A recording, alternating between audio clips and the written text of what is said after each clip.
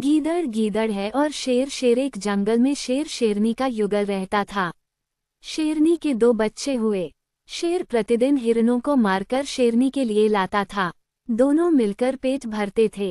एक दिन जंगल में बहुत घूमने के बाद भी शाम होने तक शेर के हाथ कोई शिकार न आया। खाली हाथ घर वापस आ रहा था तो उसे रास्ते में गीदड़ का बच्चा मिला। बच्चे को देखकर उसके मन में दया आ गई। उसे जीधे थी अपने मुख में सुरक्षा पूर्वक लेकर वह घर आ गया और शेरनी के सामने उसे रखते हुए बोला, प्रिय, आज भोजन तो कुछ मिला नहीं। रास्ते में गीदड़ का ये बच्चा खेल रहा था, उसे जीवित ही ले आया हूँ।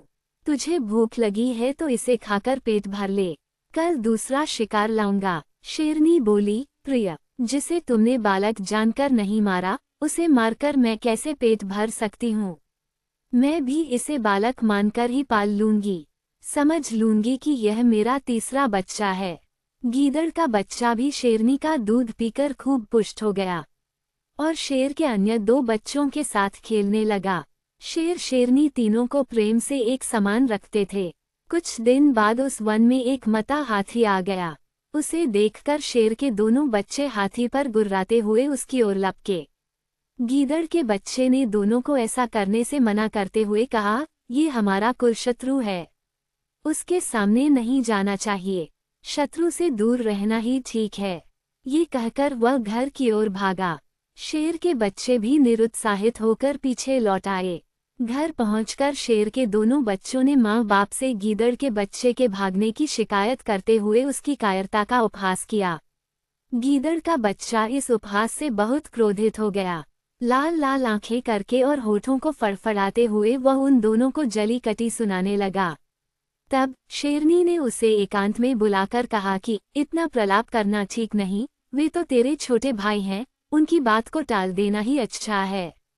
गीदड़ का बच्चा शेरनी के समझाने बुझाने पर और भी भड़क उठा और बोला, मैं बहादुरी में, विद्या में या कौशल में उनसे किस बात में कम हूँ जो वे मेरी हंसी उड़ाते हैं। मैं उन्हें इसका मजाक चखाऊंगा, उन्हें मार डालूंगा।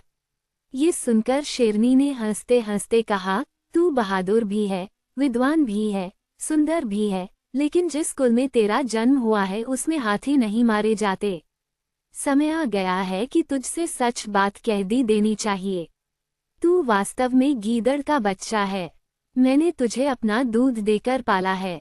अब इससे पहले कि तेरे भाई इस सच्चाई को जाने, तू यहाँ से भागकर अपने स्वजातियों से मिल जा, अन्यथा वह तुझे जीता नहीं छोड़ेंगे। ये सुनकर वह डर से कांपता हुआ अपने गीदड़ दल में आ मिला।